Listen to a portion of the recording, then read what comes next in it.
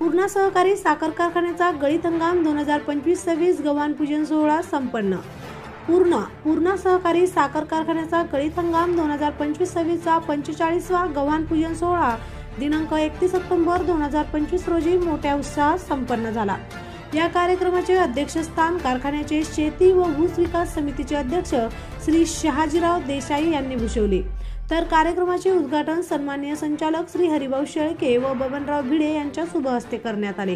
कार्यक्रमाचे प्रास्ताविक संचालक श्री गजाननराव धवन यांनी केले। त्यांनी आपल्या प्रास्ताविकेत गळीत हंगाम 2025-26 मध्ये जास्तीत जास्त गाळप करण्यासाठी सर्वांनी सहकार्य करावे असे आवाहन केले। तसेच सर्व शेतकरी व सभासद यांनी एकजुटीने काम करून कारखान्याचा गळीत विक्रम वाढवावा अशी विनंती अध्यक्ष श्री शहाजीराव देसाई यांनी उपस्थितांना केली। या प्रसंगी संचालक विश्वनाथ फेगडे, गजानन सवणकर, बालासाहेब बाराहाते, ज्ञानेश्वर बेंडे तसेच इतर सन्माननीय संचालक, परिसरातील सभासद, शेतकरी, तोंड वाहतूक ठेकेदार, कामगार युनियनचे अध्यक्ष उत्तमराव लोखंडे व पदाधिकारी तसेच कारखान्याचे अधिकारी व सर्व कर्मचारी मोठ्या संख्येने उपस्थित होते। कार्यक्रमाचे आभार प्रदर्शन कारखान्याचे कार्यकारी संचालक श्री अमोल पाटील यांनी केले। एन 24 ताससाठी बालाजी पांचाळ, हिंगोली, वसमत। आपल्याला सुरू करायचा होता,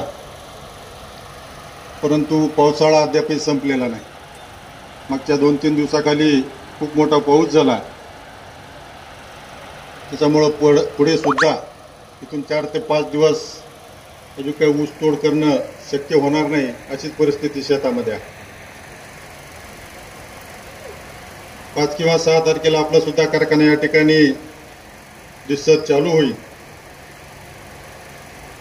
आताच या ठिकाणी शेळके साहेब असतील, धवन साहेब असतील, यांनी कारखान्याचं गाळप 6 लाख व्हावं अशी आशा व्यक्त केली। कार्यक्षेत्रामध्ये आज सुद्धा 14.5 लाख टन ऊस आपल्याकडे उपलब्ध आहे। गेल्या वेळेस तर 16 लाख टन होता। यावर्षी थोडासा ऊसावरती कीड आणि रोगाचा फार मोठा प्रादुर्भाव या ठिकाणी दिसून आलाय।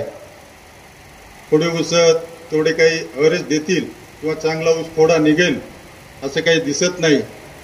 कार्यक्षेत्रात जरी 14 लाख टन ऊस या ठिकाणी नोंदलेला असेल, कारखान्याची संख्या पाहता आपल्याला जास्तीत जास्त गाळप या ठिकाणी करण्याचं एक आव्हान आपल्या समोर आहे। कारण कुठल्याही कारखान्याची गाडी आली की सभासद ऊस देऊन टाकायला लागलाय, म्हणजे कोणी वाट पाहायला तयार नाही।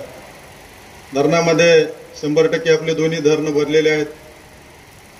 खूप जास्त पाऊस झाल्यामुळं विहीर आणि बोरला पाणी राहणार आहे। त्याच्यामुळं गेल्या वर्षी जरी गडबड झाली असेल आणि दरवर्षी याच पद्धतीने जर 4 लाख, 3.5 लाख, 4 लाख जर गाळप आपण करू लागलो तर शेवटी ज्या संस्थेचा 12 महिने खर्च भागवायचा तो कारखाना जर 150 दिवस चालत नसेल तर मग हळूहळू कारखान्यापुढच्या अडचणी त्या वाढत जातील। सभासद म्हणून मला आपल्याला सगळ्याला विनंती करायची आहे की थोडीशी इतर कारखान्याला ऊस न देता आली गाडी देऊन टाकला ऊस असं न करता आपल्या कारखान्याचा काळ किमान 5.5 लाख किंवा 5 लाख कसं होईल इथपर्यंत तरी आपल्याला थांबावं लागेल। गेल्या वर्षी कार्यक्षेत्रात एवढा ऊस उपलब्ध असताना सुद्धा आपण 4 लाख फक्त गाळप करू शकलो। तर कारखाना आपला आर्थिक दृष्ट्या मजबूत करायचा असेल, कारखान्यात अजून काही नवीन या ठिकाणी तुम्हाला अजून काही प्रयोग किंवा नवीन तर वेगवेगळे आपल्याला उपपदार्थ निर्माण करायचे असतील, वेगवेगळे छोटे मोठे प्लांट उभारायचे असतील तर त्याच्यासाठी जास्तीत जास्त गाळप होणं फार महत्वाचं आणि गरजेचं आहे। आणि ऊस उपलब्ध असताना सुद्धा जर गाळप होत नसेल तर या ठिकाणी थोडीशी खेदाचीच बाब म्हणावी लागेल। त्याच्यामुळं यावर्षी शेतीला पाण्याची काही कमतरता नाही। आपण 5-5.5 लाख गाळप करू शकतो एवढा ऊस सुद्धा आपल्याकडे आहे। त्यामुळे सर्वांना एकच विनंती राहील की गडबड न करता ऊस काय आपण मागे पुढे कधी तोडलेला नाही।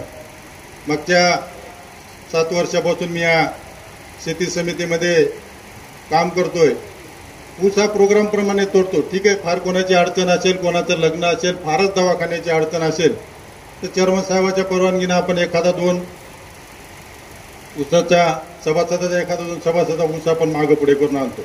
परंतु या ठिकाणी आपल्या कारखान्याचा ऊस तोडीचा प्रोग्राम हा आपण प्रोग्राम प्रमाणे सर्व सभा